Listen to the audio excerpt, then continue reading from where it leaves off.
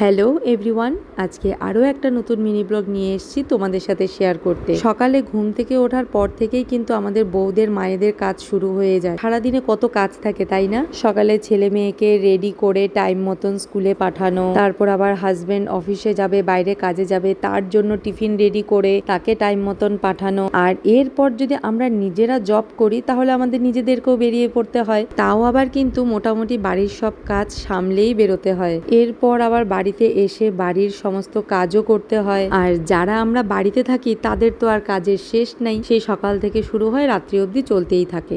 আর এই এত কিছুর মাঝখানে আমরা কিন্তু প্রত্যেকের পছন্দের খেয়াল রাখি, প্রত্যেকের পছন্দের খাবার দাবারও আমরা তৈরি করি, কিন্তু নিজেদের পছন্দের জিনিসগুলো করতেই কিন্তু আমরা ভুলে যাই। আর এমন অনেকেই আছে যারা কিন্তু সকালবেলা ব্রেকফাস্টটাও করতে ভুলে যায় বলতে ওই এই কাজটা করে নিই তারপর করছি, আরেকটু একটা কাজ করে নিই তারপরে ব্রেকফাস্ট করছি। এই করতে করতে এতটাই দেরি হয়ে যায় যে লাঞ্চের টাইম হয়ে যায়, ব্রেকফাস্ট করার আর সময়ই থাকে না। কিন্তু না, এরকম করলে চলবে না। লাঞ্চ, ব্রেকফাস্ট, ডিনার সব কিছুই টাইম মতন করতে হবে।